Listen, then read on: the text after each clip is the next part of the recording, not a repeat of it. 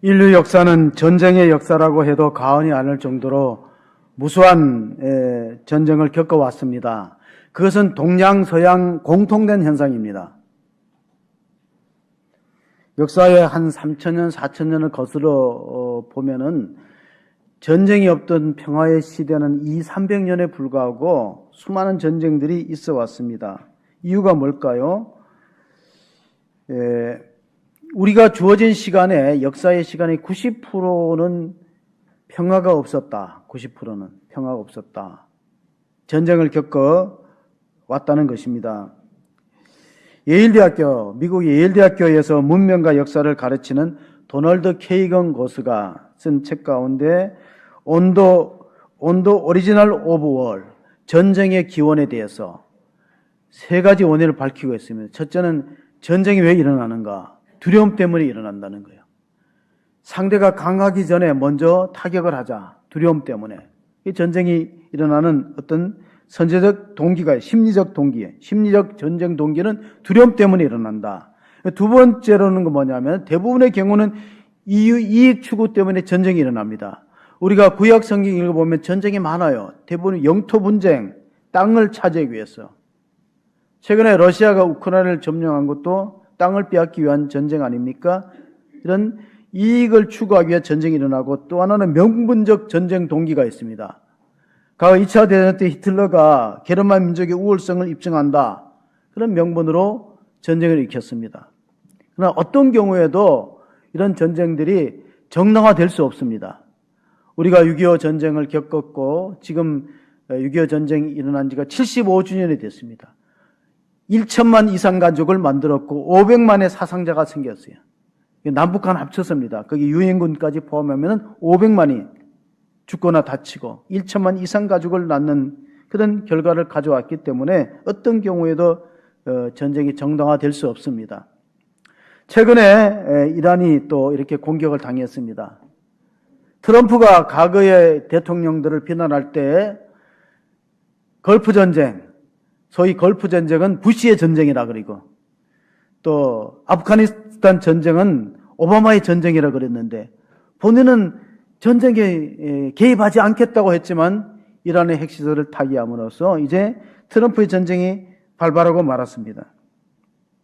그러면 왜 이란은 이렇게 핵시설을 파괴했지만은 북한은 왜 가만히 있는가? 1993년도에 북한이 핵확산 금지 조약에 탈퇴했어요. NPT 조약에 탈퇴했을 때 그때 클린턴 정부가 지금처럼 북한의 핵시설을 타격하겠다고 했을 때 한국 정부가 그런 계획을 검토했을 때 한국 정부가 반대해서 철회되었던 이유가 있어요. 지금은 타이밍을 놓쳤어요. 왜냐하면 북한에 지금 김정은이 갖고 있는 핵이 최소한 50기 되는데, 만약에 미국이 이란처럼 그렇게 핵시설을 공격하게 되면은 그것이 본토에도 쏟아질 것이고, 핵무기가, 그리고 한국과 일본과 괌 지역에 또 공격을 당할 것이니까 이란의 경우처럼 그렇게 하기가 어려운 상황에 놓여 있습니다. 서울에 가면 테헤란로라는 도로가 있어요. 원래는 삼릉로입니다. 우리 서울에는 세종로, 원효로, 충무로 우리 조상들의 그 업적을 기리는 그런 도로가 있는데 왜 테헤란로가 있는가? 이는 테헤란이 뭡니까? 이란의 수도가 테헤란이에요. 오일 쇼크가 있었을 때, 과거에 77년도에 1차 오일 쇼크가 있을 때 그때 원유 공급을 해준 나라가 이란이에요. 이란이라는 나라가. 그래서 그때 시장이 구자춘 시장이었는데, 그래서 우리가 삼릉로를 그 이란과 우리나라가 외교적으로 수교했기 때문에 테헤란로로 이름이 바뀐 거예요. 왜? 1차 오일 쇼크 때 한국 경제가 어려울 때 이란에서 원유를 우리나라에 공급해 줬기 때문에. 그래서 지금 국제 무대에는요, 외교에는 영원한 동지도 없고 적도 없어요. 이익에 따라서 바뀌니까 우리가 끼어서 기도할 필요가 있습니다. 백범 김구 선생이 백범일지를 썼습니다. 그 끝에 보면 나의 소원이란 그런 대목이 나와요. 하나님이 만일 나한테 소원을 물어본다면 나의 소원은 대한민국의 완전한 자주 독립국가로 살아가는 것입니다. 그걸 3번이나 동일한 대답을 하면서 그 뒤에 이런 말을 했어요. 우리가 남의 나라의 침략을 받았기 때문에 우리는 강한 나라가 되어서 남의 나라를 지배하기를 원하지 않는다. 오히려 우리는 문화의 힘을 가진 나라로서 대한민국이 앞으로 독립된 나라가 되면 문화의 힘을 가지고 세상에 그 대한민국이 다른 나라보다 월등한 문화의 힘으로 세계의 아름다운 나라로 전해지기를 바란다. 그런 나의 소원이 기록되어 있습니다. 그 백범 김구 선생의 소원대로 우리나라는 지금 K문화가 세계에 각광을 받고 있어요. 그래서 우리가 잘 아는 K-팝이라든가 K-드라마, 뮤지컬까지 이렇게 또 지금도 음식도 K-푸드가 외국에 많이 알려지고 있어요. 이처럼 우리는 다른 나라를 침략하거나 지배하기를 원하지 않고 우리가 갖고 있는 우리 문화의 힘, 그런 힘을 가지고 세계의 아름다운 나라로 전파되기를 바란다. 오늘 우리가 읽은 느헤미야서는 어느 시대에 쓰여졌냐면 이란, 지금 이란이 구약 시대에는 바사 제국입니다. 페르시아 제국이. 그 느헤미야의 이야기를 한번 읽어 나가기를 원합니다. 1절입니다. 자, 하가라의 아들 느헤미야의 말이라. 아닥사스다 왕 20년 기술을 오래 내가 수상궁에 있더니. 여러분, 왕궁이라는 것이 수상궁이 있고 다른 궁도 있어요. 그러니까 옛날에 왕들이나 황제들은요, 계절에 따라서 궁궐을 바꿨어요. 중국의 왕들도 황제들도 그렇고 수상궁은 겨울 궁전인데 아름답기가 정말 너무나 아름다워서 금과 은과 상하로 지어진 그런 궁전이다. 여러분, 우리가 낙원 천국 갈 때 파라다이스라는 말 쓰잖아요. 파라다이스. 파라다이스 말이 어디서 기원됐냐면 파라다이스는 페르시아의 정원이 파라다이스예요. 페르시아의 정원이 파라다이스. 그러니까 천국이 아름답고 꽃이 있고 새들이 노래하고 물들이 흐르는 그런 모습이 어디서 연상되냐면은 페르시아의 정원, 파라다이스. 거기에 왕의 이름이 아닥사스다 왕이라. 아닥사스다 왕이 있을 때 그때 포로로 붙잡힐 같은 하갈의 아들 느헤미야가 하나님 말씀을 받았다. 그렇게 되어 있어요. 느헤미야는 어떤 사람이냐면 느헤미야는 포로 3세대 인물입니다. 그러니까 할아버지 때 나라가 망해서 페르시아에 붙들려 갔어요. 물론 그 이전에는 바벨론이 지배했죠. 바벨론이 세계 중동의 패권 국가가 됐다가 바벨론이 바사 제국에 의해서 무너졌어요. 70년 만에. 그래서 느헤미야 11장에 보면은 그가 이민 3세대도 나라의 포로로 붙들려 가서 할아버지 시대에 붙들려 가서 아버지, 아들의 손자 이르기까지 얼마나 출세했냐면 술 맡은 관원장으로 일하게 되었어요. 그게 11절 오늘 본문의 마지막 절에 보면 그렇게 되어 있습니다. 주여 구하오니 귀를 기울이사 종의 기도와 주의 이름을 경외하기를 기뻐하는 종들의 기도를 들으시고 오늘 종이 형통하여 이 사람들 앞에서 은혜를 잊게 하옵소서 하였더니 그때 내가 왕의 술관원이 되었느니라. 자, 고대 사회에서 왕의 술관원이 되었다는 것은 권력의 핵심부 채찍근이 되었다는 거예요. 미국에 이민 가서 손자 시대, 할아버지 시대에 이민 가서 손자 시대에 백악관 보좌관이 되었다는 것 같고 청와대 비서실장이 되었다는 거예요. 느헤미야의 직책이. 왜냐하면은 술 맡은 관원장은 고대 사회에서요 독살이 하도 많이 일어나기 때문에 우리나라도 보면 조선 왕조 가운데 독살당한 왕들이 많아요. 그러니까 그걸 시음하는 사람이 술 맡은 관원장. 먼저 먹어보고 안전하면 왕에게 진상을 올립니다. 그러면 왕 채찍근에서 국사를 논할 수 있는 위치에 있는 사람이 느헤미야인데 우리가 창세기를 보면은 그 요셉이 꿈을 해석해 줬는데 술 맡은 관원장의 꿈을 해석했을 때 복직이 되었어요. 그런데 까맣게 잊어버렸을 때 그때 바로 왕의 꿈을 꿔서 애굽의 술사들과 박사들이 다 못 맞췄어요. 그런데 감옥에 있던 요셉의 내 꿈을 정확하게 맞췄다. 그래서 바로왕 앞에 데리고 와서 요셉의 총리의 자리에 오르게 됩니다. 이것은 결코 쉬운 일이 아닙니다. 우리가 에스더서를 읽어보면요, 에스더가 어떻게 그 당시에 바사 왕의 왕비가 되었습니까? 이 일은 아하수에로 왕 때에 있었던 일이니 아하수에로는 인도로부터 구스까지 127지방을 다스리는 왕이라. 당시에 아하수에로 왕이 수상궁에서 즉위하고, 자, 아하수에로 왕의 아들이 아닥사스다입니다. 성경에는 아닥사스다 아하수에로 왕이 나왔지만 역사책에 보면 크세르크세스라고 나와 있어요. 크세르크세스가 이 바사 왕, 페르시아 왕의 이름들입니다. 그리고 아하수에로 왕의 또 아버지가 다리오 왕이에요. 그러니까 페르시아의 족보를 보면 다리오 왕 밑에 아하수에로가 있고 아하수에로 밑에 아닥사스도 왕이 있는 거예요. 에스더가 어떻게 왕이 됐습니까? 왕비가 됐습니까? 이 아하수에로 왕이 자기가 왕이 된 지 3년 만에 연애를 베풀어요. 그리고 구스에서 인도까지 127도를 다스리니까 땅이 얼마나 넓습니까? 구스라는 건 이디오피아를 말하는, 성경의 구스가 이디오피아 나라고, 인도라는 나라까지 지배하는 127도를 다스리는 아하수에로 왕이 잔치를 베풀어서 무려 수개월 동안 자기 대신들에게 먹고 마시고 즐기게 하고, 또 왕비들은 후원의 뜰에서 잔치를 하게 하고, 평민들에게도 일주일간 술과 고기를 대접하면서 자기의 왕이 된 것을 과시했을 때 그 와스디, 자기 왕비의 미묘를 뽐내기 위해서 불렀어요. 근데 와스디가 왕의 소환에 응하지 않아요. 내가 기쁨조도 아니고 왜 왕의 잔치에 내가 가냐고 거절했어요. 그래 왕이 화가 나서 와스디를 폐위시키고 두 번째 왕비로 간택된 사람이 에스더입니다. 에스더가 국가의 위기가 있을 때 3일간 금식하고 왕 앞에 나갈 때 죽으면 죽으려는 결단을 가지고 나갔어요. 그게 에스더 4장 6절에 기록된 말씀. 왕이 금호를 내밀지 않을 때 내가 나가면 목숨이 위태롭지만 내가 3일간 금식 기도하고 왕 앞에 나가가리라.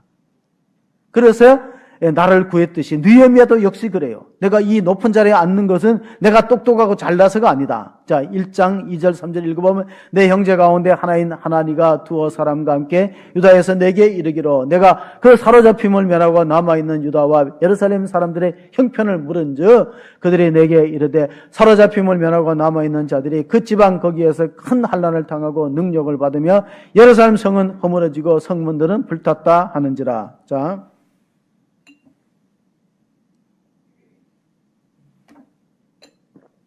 느헤미야는 출세해서 호의호식을 하고 왕궁에 편안이 있습니다. 그러나 그 페르사에서 1000km 떨어진 예루살렘의 성은 형편없는 거예요. 성벽이 다 허물어지고 불타고 성문은 불타고 성은 다 무너졌고 거기에 남아있는 사람이 능욕을 당하고 고통을 당한다. 말을 들으니까 마음이 편치 않아요. 진정으로 신앙이 있는 사람은 나라를 생각하는 애국심이 있는 거예요. 그래서 느헤미야는 자기는 잘 살 수 있는 위치에 있지만 자기 동족들을 생각하면 그냥 있을 수가 없어서 하나님께 기도하는 내용이 있습니다.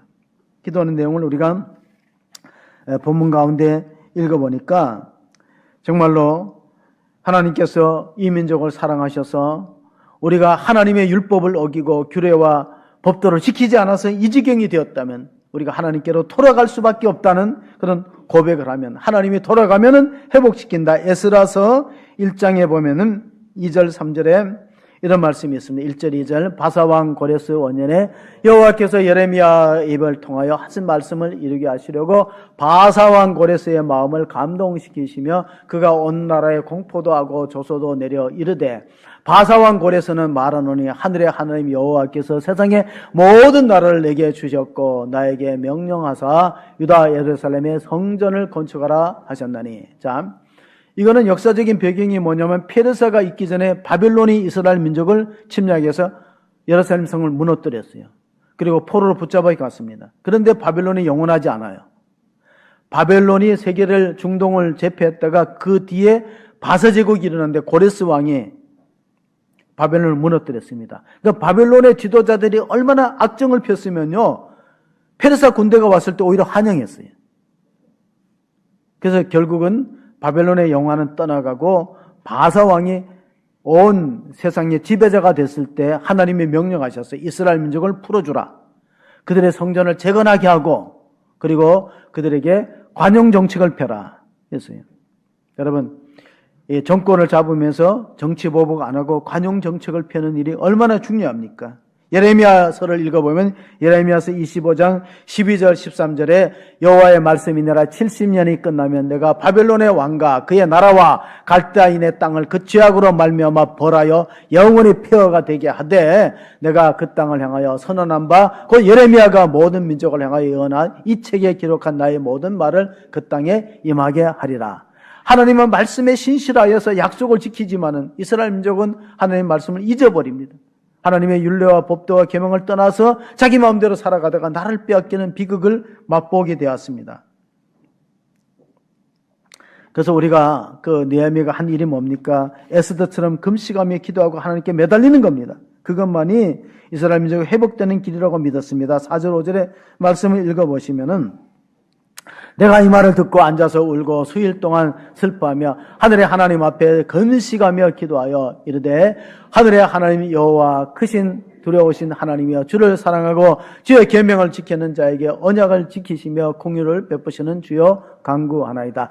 느헤미야가 기억하는 하나님은 약속이 신실한 분이고 기도하면은 공율과 자비를 베푸는 분이다. 그러므로 우리가 멸망하지 않는다. 우리가 지금 다 끝났다고 낙심하고 좌절할 때가 아니다 하고 하나님 말씀을 상기하게 되었습니다. 예레미야서 에가서를 읽어보면 하나님 어떤 분이냐? 여호와의 인자와 공의를 무궁하심으로 우리가 진멸되지 아니함이니이다. 이것들이 아침마다 새로우니 주의 성실하심이 크시소이소이다. 우리가 기도를 생각할 때 가장 중요한 건 기도는 말씀을 붙잡고 기도하셔야 돼요. 막연하게 기도하지 말고 하나님이 이렇게 성경에 기록했으니 그 말씀을 붙들고 기도한다. 시편 121편에 보면 내가 산을 향하여 눈을 들리라. 나의 도움이 어디서 올까? 나의 도움은 천지를 지으신 하나님에게서로다. 그러니까 하나님이 도와주시면 확실하다는 겁니다. 사람의 도움에는 한계가 있지만 하나님의 도움에는 한계가 없기 때문에 기도하는 백성들을 하나님께서 굽어 살피시고 자비와 공의를 베푸시는 하나님 믿을 수 있기를 바랍니다. 그 하나님을 기도하는 백성이 된다면은 우리는 아직도 절망하게 이른 것입니다. 제가 이번에 스페인에 갔을 때에 바르셀로나 시내가 내려다 보이는 높은 산에 수도원이 세워졌습니다.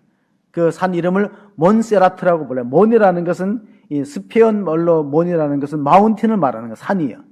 그 세라트라는 것은 톱니바퀴라는 거예요. 얼마나 그 바위들이 톱니 수가 많은 바위들이 있냐면은 한 2,000개 되는 바위 암석 위에 수도원을 지었어요. 전경을 보시면은 그 수도원 전경을 보면 이렇게 바위들이 수없이 높은 꼭대기, 저기 정상에 올라가면 바르셀로나 시내가 다 보입니다. 거기에 수도원을 지었는데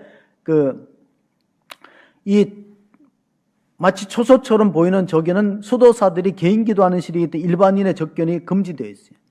그래서 거기에 올라가서 수도사 일생을 기도합니다.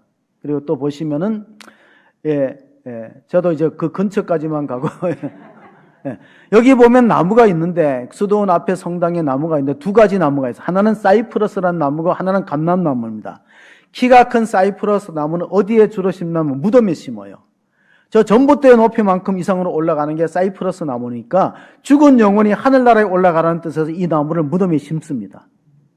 그리고 대부분의 수도원의 수도사들은 종신수도사가 됩니다. 이 높은 산에 바위산에 올라가면 죽을 때까지 못 내려갑니다. 그게 종신수도원이고 또 대부분이 이제 침묵수도원입니다. 말하지 않고 어떤 분이 수도사가 되겠다고 원장에게 찾아갔고 침묵수도원에 갔더니 말을 못하게 해요. 그래서 5년 동안 말할 기회가 딱 한 번 있었는데 5년 동안 수도사 생활하니까 원장이 이제 두 마디를 말할 수 있대. 그러니까 뭐라고 말하냐면은 푸드 배드라고 말했어요. 푸드는 음식이고 음식이 나쁘다. 푸드 배드. 그리고 또 5년 동안은 계속해서 수도사 생활하고 말을 안 하다가 다시 말할 기회가 5년 만에 두 마디 하라 그러니까 배드 하드. 침대가 딱딱하다. 그랬어요. 그리고 나 5년 있다가 어떤 일이 있었냐면 이제 못하겠다고 내려갔다는 거예요. 왜냐하면 불평하는 사람이 수도사가 될 수 있습니까? 여기 몬세라트의 수도 생활했던 사람은 베네딕트 수도원에 속한 사람들입니다. 자, 베네딕트 사람들은 어떤 사람이면 수도원의 수칙을 정했어요. 그게 베네딕트 수도원 수칙인데 세 가지가 있어요. 청빈, 순결, 순종입니다. 수도사가 될 때 서약을 합니다. 어떻게? 청빈하게 살겠다. 무소유로 살겠다. 두 번째로 순결하게 살겠다. 거룩한 삶을 살아가겠다. 세 번째는 절대적으로 순종하겠다. 그래서 수도 생활들 보면요. 베네딕트 수도원을 보면 7시간을 시편 찬송하고 노동하고 기도합니다. 대부분의 생활. 그리고 거룩한 독서, 렉치오 디바나라는 독서를 합니다. 거룩한 독서 성경을 묵상하거나 그렇게 해서 시간을 보내요. 제가 태백의 예수원 근처에 살았는데 예수원에 가면 이런 바위에다가 써졌어요. 기도는 노동이요, 노동은 기도다. 그러니까 수도원의 생활은 대부분은 이렇습니다. 노동과 기도와 거룩한 독서로 채워집니다. 수도원 규칙입니다. 그들은 뭘 기도하느냐? 이 땅의 평화를 기도합니다. 안 믿는 사람들이 빨리 예수 믿고 구원받기를 기도합니다. 우리가 어떻게 기도해야 될까요? 6절 본문의 6절 7절에 보면은 느헤미야의 기도의 내용은 이렇습니다. 이제 종이 주의 종들인 이스라엘 자손을 위하여 주야로 기도하며 우리 이스라엘 자손이 주께 범죄한 자들을 자복하니 주는 귀를 기울이시며 눈을 여시사 종의 기도를 들으시옵소서. 나와 내 아버지의 집이 범죄하여 주를 향하여 크게 악을 행하여 주께서 주의 종 모세에게 명령하신 계명과 율례와 규례를 지키지 아니하였나이다. 우리가 물건을 사면 제품에 매뉴얼이 따라옵니다. 그 매뉴얼을 잘 지키면 고장이 안 나고 오래 쓸 수 있어요. 근데 우리는 대부분 매뉴얼을 안 읽어요. 외국 사람들이 신기하게 여기는 게 한국 사람들은 핸드폰을 사거나 전자제품을 사도 매뉴얼도 안 읽고 그렇게 잘 사용한대. 우리나라 사람은 머리가 아주 천재적이에요. 외국 사람들은 읽어보고도 잘 못하는데 우리는 안 읽어보고 다 해. 우리 인생에 고장 안 나고 매뉴얼대로 살아가는 방법이 성경 말씀이라. 성경은 인생의 매뉴얼이기 때문에 이게 우리가 정말 탈이 안 나고 고장이 안 난다면 매뉴얼대로 살지 않는 거예요. 그 모세의 율법대를 안 지킨 것이 그 원인이라는 겁니다. 역대기하 7장 13절에 솔로몬이 성전에서 이렇게 기도한 내용이 있습니다. 솔로몬이 성전의 기도에 내보면 혹 내가 하늘을 닫고 비를 내리지 아니하거나 혹 메뚜기들이 토산을 먹게 하거나 혹 전염병이 내 백성 가운데 유행하게 될 때에 내 이름을 일컫는 내 백성이 그들의 악한 길에서 떠나 스스로 낮추고 기도하여 내 얼굴을 찾으면 내가 하늘에서 듣고 그들의 죄를 사하고 그들의 땅을 고칠지라. 자, 하나님이 이스라엘 민족을 징계할 때 세 가지로 전쟁으로 이웃 나라를 들어서 이스라엘 치게 되는 거. 그래서 포로가 되고 전 세계 뿔뿔이 흩어지는 그런 불행을 당하는 거. 그리고 경제적인 극심한 기근을 통해서 고통을 당하는 것과 전염병, 온역을 통해서 치는데 그때 깨달으라는 거예요. 아, 이게 하나님의 사인이구나. 우리 하나님의 말씀을 떠났구나. 사인을 깨닫고 돌아와서 성전에서 기도하면 하나님 들으시고 응답하신다는 약속을 해주고 있습니다. 1992년도에 우리가 88 월드컵 이후에 우리나라가 그 스페인의 바르셀로나에서 올림픽이 열렸을 때 그때 잘 기억할 거예요. 황영조 선수가 그 송기정 이후에 46년 만인가 마라톤 우승했어요. 근데 이제 바르셀로나 그 몬주이 경기장을 올라가 보니까 그 동상이 세워진 걸 제가 발견했어요. 한번 보시면은 그 바르셀로나 올림픽에 그 황영조 선수예요. 저게 황영조 선수. 바르셀로나 경기장 입구에 저게 조각공원이 있더라고요. 황영조 선수를 기념해서 1992년도 마라톤에 금메달 따는 황영조 선수. 그리고 거기에 보면은 한국과 스페인의 그 서로 간에 그 여러분 글씨가 잘 보이지 않겠지만은 서로 친선 외교를 맺었어요. 그래서 그때 이제 그 경기도 지사였던 임창열 지사하고 바르셀로나 시장이 서로 조약을 맺었어요. 서로 자매 결연을 맺었다고 보면 됩니다. 또 사진을 보면은 황영조 선수의 발 크기입니다. 제가 몰래 사람들 안 볼 때 발을 얹어봤어요. 제 발보다 조금 크더라고요. 의외로 발이 작더라고요. 저 발로 세계를 제패했습니다. 송기정 선수 이후에. 근데 그날 제가 22일 날 주일날 갔을 때에 섭씨 43도였습니다. 엄청나게 더웠습니다. 몬주익 경기장의 몬주익이 뭐냐, 몬이 산이라 그랬거든요. 주익이 유대인입니다. 몬주익 하면은 합치면 유대인의 산이에요. 그러니까 스페인에도 유대인이 많이 살았다는 거예요. 몬주익은 유대인의 산이라는 뜻이고 173m입니다. 그러니까 그 당시에 매스컴들이 일본 선수가 금메달 딸 거로 다 예상했어요.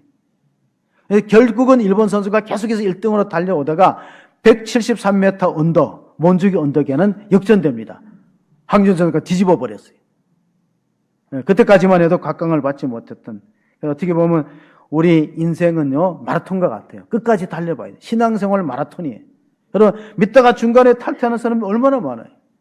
여러 가지 문제로 시험 들고 또 중간에 포기하는 사람 많아요. 인생은 마라톤 경주와 같고 신앙생활은 마라톤이. 디모데 후서 4장 7절 8절 바울이 고백합니다.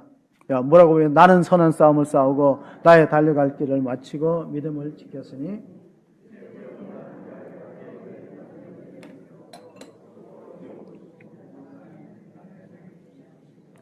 내게만 아니라 주의 나타나심을 삼하는 모든 자에게도 너라. 자, 마라톤에 우승하면 월계수 관을 씌워주더라고요. 송기정 선수였고. 그러니까 신앙생활 잘하면 면류관, 의의 면류관, 생명의 면류관, 그런 영광의 면류관을 쓰는데 그거를 쓰지 못하고 중간에 포기되는 경우가 참 많이 있습니다. 왜 그렇습니까? 시험이 따르기 때문에 그래요. 우리가 흔히 영어 속담에 no pain, no gain. 고통이 없이는 소득이 없다. No cross, no crown. 십자가 없이는 면류관이 없다. 황영조 선수를 훈련시킨 감독이 있어요. 정봉수 코치인가 그런데 얼마나 혹독하게 황영조 선수를 훈련시켰냐면 언덕을 많이 뛰게 했어요. 삼척에 그 모래사장 있잖아요. 동해안. 그 모래사장을 많이 뛰게 하고 또 언덕을 많이 뛰게 해서 한 번은 이렇게 말했어요. 내가 다가오는 버스에다가 슬쩍 몸을 부딪히면은 이 훈련을 안 하고 병원에 가서 몇 달 쉬는데 그런 생각이 들었대요. 얼마나 힘들면은. 다가오는 버스에 몸만 한번 슬쩍 부딪히면은 병원에 몇 달 입원하면 쉬잖아요. 그렇게 고통스러운 과정을 겪으니까 금메달의 영광이 주어지는 것처럼 신앙생활도 마찬가지예요. 우리가 잘 아는 스페인의 바르셀로나에 가장 유명한 사람들이 찾아가는 곳이 사그라다 파밀리아 성당입니다.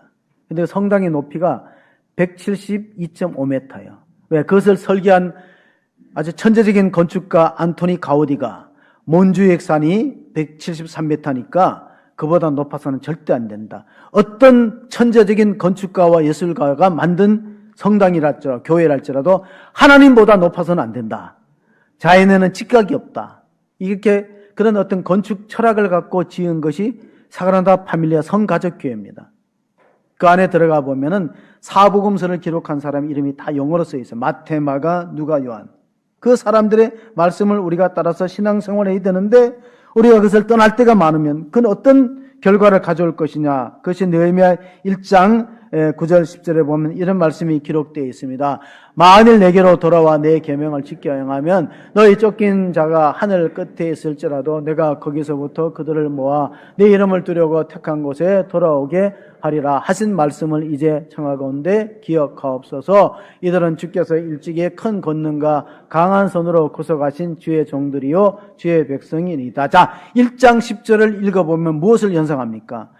이들은 이스라엘 백성은 주께서 일찍이 모세 시대에 애굽의 압제와 바로의 손에서 하나님의 강한 손으로 구속하신 주의 종들의 주의 백성이 이걸 과거 역사를 상기시키는 겁니다. 우리가 과거 역사를 기억하지 못하면요 역사의 불행을 되풀이합니다.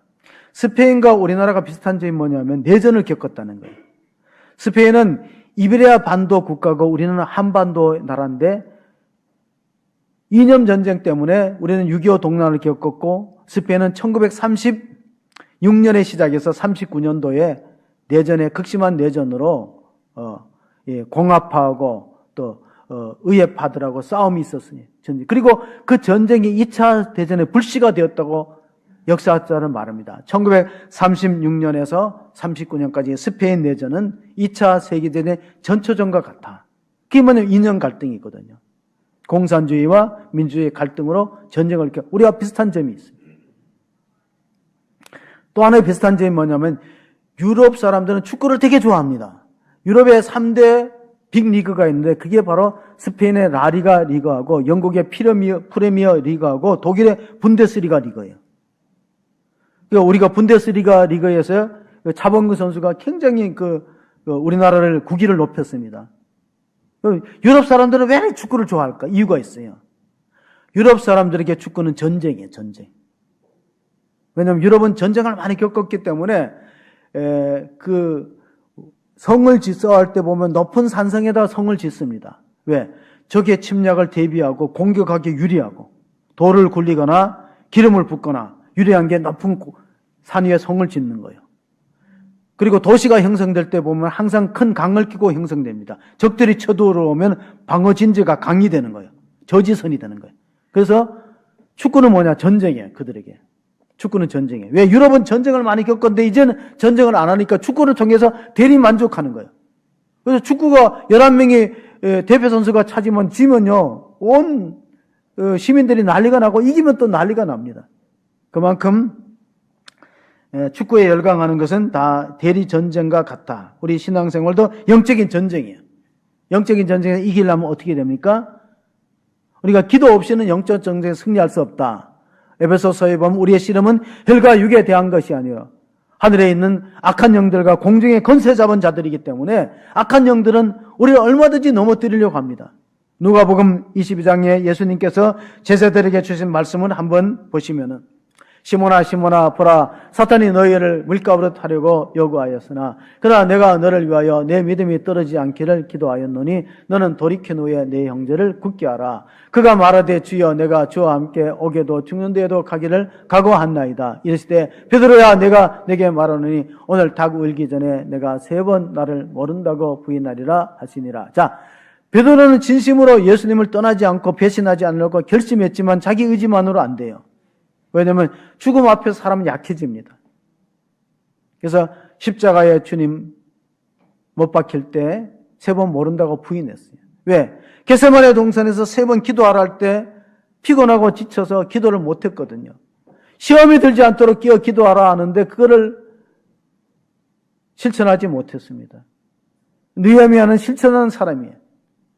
하나님께 비전을 가지고 성벽을 재건하기 위해서 아닥사스다 총독한테 휴가를 얻어서 가서 성벽을 재건합니다. 방해가 많습니다. 암몬 사람 도비아라든가 산발랏이라든가 아라비아 사람 게셈들이 민원을 넣습니다. 아닥사스다 왕은 원래 성벽 재건을 좋아하지 않았어요. 왜냐하면 민원을 받아봤거든요. 이스라엘 민족의 성벽을 재건하는 것은 왕의 통치를 거부하고 반란을 일으키는 목적이 있으니까 공사를 중단해 주시오. 그래서 공사가 중단되었어요. 그 민원을 연 사람들이 동족이에요. 그런데 기적적으로 52일 만에 예루살렘 성벽을 완성했기 때문에 한 사람의 힘이 이렇게 위대하다는 거예요. 하나님은 한 사람을 주목합니다. 한 사람, 느헤미야 한 사람, 에스더 한 사람. 교회 안에는 한 사람의 중요성을 놓치면 절대 성장하지 못해요. 한 사람이 얼마나 중요합니까? 저희 아버지께서 제가 목사 안수 받기 한 해 전에 세상을 떠났는데요. 아버님이 시간이 많으니까 손자들 데리고 가게에 가서 과자도 사주고 또 나물 그늘에 앉아서 지나가는 사람을 쳐다보고 아주 무료하게 시간을 보내요. 그래서 아버지가 별 영향이 없었다 생각했는데 돌아가시고 나니까 아버지의 자리가 그렇게 커 보이더라고요. 아버지가 아무것도 일 안 하시 않아도 아버지 존재 자체가 이렇게 큰 영향력을 갖고 있구나 제가 느꼈어요. 허전하더라고요. 교회도 마찬가지예요. 한 사람이 없으면은 그 사람 없으면 어떤 그렇지 않아요. 한 사람의 중요성. 한 사람이 얼마나 중요합니까? 한 사람을 놓치면은 안 된다는 거예요. 마르셀 프루스트라는 시인은 이렇게 말했어요. 여행이라는 것은 새로운 풍광을 보는 것이 아니라 새로운 관점을 시각을 갖는 것이다. 여행이라는 것은 이게 내 처음 보는 광경을 본다. 그게 아니라 새로운 비전과 새로운 관점을 갖는 거예요. 그러면 새로운 시각을 갖는 게 뭐냐? 기도하는 겁니다. 기도라는 것은 하나님의 관점으로 사건과 사람을 보는 거예요. 기도를 왜 해야 되느냐? 기도를 왜 해야 되느냐? 그는 하나님의 관점으로 사람을 보고 사건을 보는 능력이 생기기 때문에 기도하는 것입니다. 자, 느헤미야가 금식하며 왜 기도했겠습니까? 우리나라를 재건하게 해달라는 기도도 있지만 이 백성이 회복되는 기도, 그 비전을 품었던 것입니다.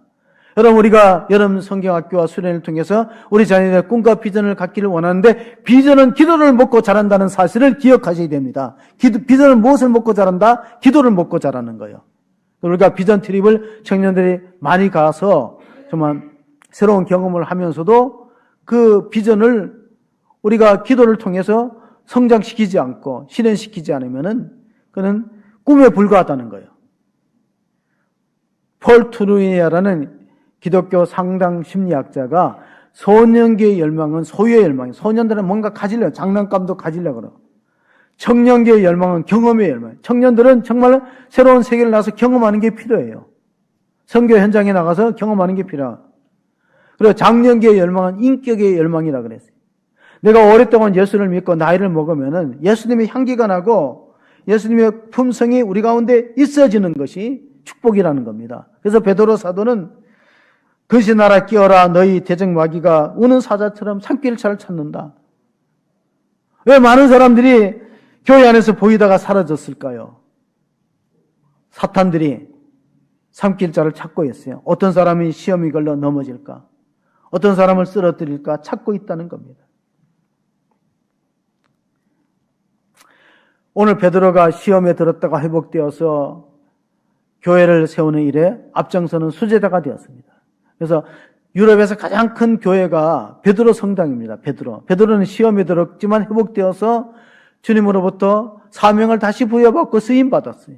그래서 바티칸에 있는, 로마의 바티칸에 있는 베드로 성당이 교황이 즉위식을 했던 그 성당이 세계에서 가장 유럽에서 큰 성당이에요. 두 번째가 뭐냐면 영국 런던에 있는 바울 성당입니다. 바울.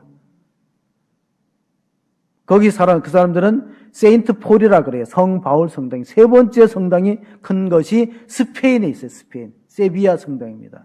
근데 세비야 성당에는요, 예수님의 제자가 이름이 없고 콜럼버스 이름이 있어요. 콜럼버스. 스페인에 가보면 콜럼버스 동상이 있는데 손가락을 가리킵니다. 어디를 가리키냐고 가이드가 물어보더라고요.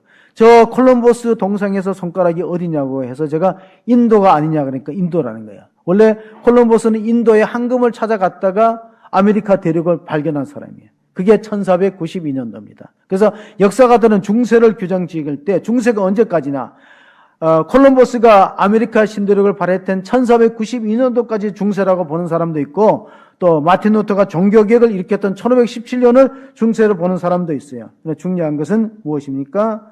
바울이 또 베드로다. 새로운 세계를 향해서 복음을 전했듯이 콜럼버스는 그 관이 이제 세비야 성당에 있는데 이렇게 전시되어 있습니다. 이 세비야 성당, 세계 유럽에서 세 번째로 큰 성당 세비야 성당에 보면요. 그 기사가 아니고 저 사람들은 4명이 관을 들고 있는데 기사가 아니고 왕들을 말합니다. 왜냐하면은 그 스페인의 왕이었던 페르난디 2세하고 이사벨라 왕의 후원을 받아갖고 배를 타고 항해를 했어요. 그러니까 경제적인 후원이 없이는 항해가 불가능하죠. 근데 돌아왔을 때, 아메리카 대륙을 돌아왔을 때 원주민을 학살했다든가 뭔가 카톨릭으로 개종하기 위해서 많은 그 인디언들을 전쟁을 일으켰다. 그래서 소문이 들어갔고요. 그 콜럼버스가 죽을 때 유언을 남겼어요. 나는 스페인 땅에 묻히고 싶지 않다. 내가 스페인을 위해서 이렇게 애를 썼는데 스페인의 경제 발전과 세계를 주도하는 국가가 되기 위해서 바다를 지배하는 사람이 그때는 바다를 정복하는 사람이 세계를 정복해요. 다시 한번 보여주시면. 그래서 자기는 유언을 남겼어요. 땅에 묻지 말라. 스페인 땅에 묻지 말라. 그래서 도미니크 공화국에 있다가 쿠바에 있다가 쿠바가 혁명을 일으키니까 스페인 사람들이 간을 가지고 왔는데 유언대로 땅이 안 묻었어요. 왜? 들고서 있잖아요. 스페인 땅에 안 묻었어요. 들고서 있어요. 왕들이. 그리고 그 옆에 있는 그림이 성가대 그림입니다. 성당에서 설교하는 강대상 다음으로 중요한 게 성가대석이에요. 하나님을 쭉 서 있는 그런 열들이 서서 엉덩이를 붙이고 성가대, 하나님을 찬양하고 높이는 것이 이게 세비야 성당, 유럽에서 세 번째 큰 성당의 모습입니다. 자, 우리가 신앙생활하면서 무엇을 바라봐야 될 것이냐? 역대기하 16장의 9절에 보면요, 하나님께서 성전에서 기도하는 것을 들으신다는 약속이 있습니다. 여호와의 너는 온 땅을 두루 감찰하사 전심으로 자기를 향하는 자들에게 능력을 베푸시나니 이 일은 왕이 망령되이 행하였은즉 이제 후로부터는 왕에게 전쟁이 있으리라 하며, 자, 기도가 그치면 전쟁이 생길 수 있는 위험성이 있다. 기도의 문이 열리면 기적의 문이 열린다. 라인강의 기적을 독일 사람들이 2차 세계대전 후에 라인강의 기적을 이루었어요. 그러면 한강의 기적은 그것을 능가합니다. 우리는 정말 잿더미가 되었다가 다시 경제를 일으켜서 세계 10대 경제 강국이 되고 군사력으로 5위입니다. 우리나라가 세계 군사력으로 5위예요. 그런 나라를 만들었습니다. 그러므로 기도의 문이 닫히면 기적의 문도 닫히는 겁니다. 왜냐하면 우리가 경제 성장을 이루었던 70년대, 80년대에는 기도원에 사람들이 가득 차 있었어요.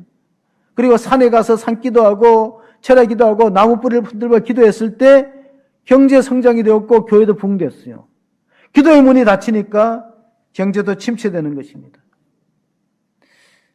이사야 선지자가 말씀하기를 하나님은 과거의 하나님이나 지금의 하나님 똑같은 하나님인데 문제는 우리가 기도가 줄어들었다는 것이에요. 이사야서 59장을 우리가 끝으로 한번 읽어보겠습니다. 이사야서 여호와의 손이 짧아 고나지 못하심도 아니요 귀가 둔해 듣지 못하심도 아니라 오직 너희 죄악이 너희와 너희 하나님 사이를 갈라놓았고 너희 죄가 그의 얼굴을 가리어서 너희에게 듣지 않으시게 함이니라. 자, 성경에는 수많은 기적의 내용들이 들어있습니다.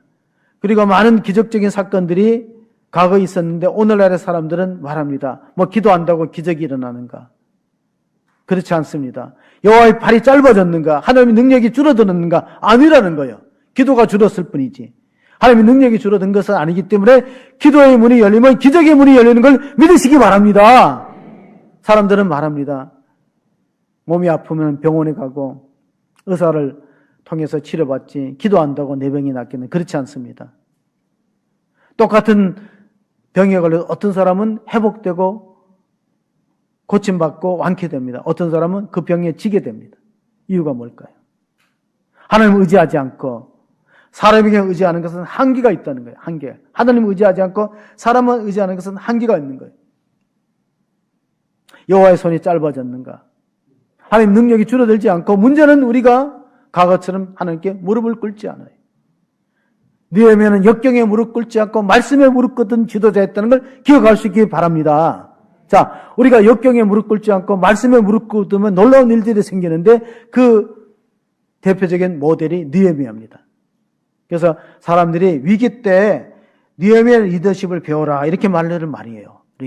자, 콜럼버스의 비전은 신대륙을 행해서 새로운 세계를 바라보듯이 인도의 윌리엄 캐리는 근대 선교의 아버지라 불려요.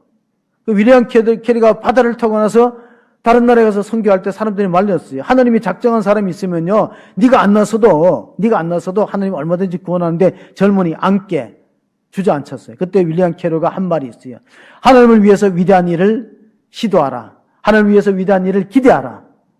하나님을 위해서, 하나님 나라 위해서 위대한 일을 기대하고 시도하면 하나님이 놀라운 일들을 주시는데 사람들은 행동하지 않습니다. 그래서 느헤미야의 리더십은 세 가지입니다. 비전과 행함과 기도예요. 자, 느헤미야 리더십 세 가지를 줄이면 비전, 성벽 재건의 비전을 하나님께로 사명을 받아요. 그 다음에 실천하고 행했어요. 행함. 나머지 하나는 기도예요. 줄이면 비행기입니다. 느헤미야 리더십의 요체는 비행기다. 비전과 행함과 기도를 통해서 놀라운 일들을 만들었기 때문에 우리가 정말 기도한다면 새로운 일들이 생기는데 우리가는 그랬지 않아요. 윌리엄 캐리처럼 하나님을 위해서 위대한 일들을 기대하고 시도하면은 하나님이 이루어 주시기 때문에 우리의 믿음은 세 가지, 기대하고 기도하고 기다리는 그런 믿음을 가지고 승리하는 성도가 되시기를 주의 이름으로 축복합니다. 하나님 아버지 감사합니다. 역사가 혼돈과 무질서를 거듭하고 지구촌 곳곳에서는 전쟁과 하나님의 재난의 소식이 끊어지지 않습니다. 한반도를 하나님 구워 살펴주시고 이 땅에 평화가 정착되기를 원합니다. 특별히 복음적 평화 통일이 이루어지기 위해서 기도하는 백성들이 있고 기도하는 교회가 있기를 원합니다. 독일이 통일되기 전에 하나님 라이프치히의 성에서 니콜라이 교회에서 월요일마다 기도했습니다. 그 기도의 불길들이 번져서 마침내 베를린 장벽이 무너지고 통일을 이루었듯이 우리의 작은 기도가 모아져서 큰 역사를 이룰 줄 믿사오니 우리 성도들이 깨어 기도하기를 원하옵고 우리 다음 세대를 위해서 또 하는 비전을 갖고 그들이 하나님 우리의 가진 비전이 기도를 먹고 자란다는 사실을 기억하는 우리 다음 세대가 되게 축복하여 주옵소서. 우리 구주 예수 그리스도의 이름으로 기도하옵나이다. 아멘.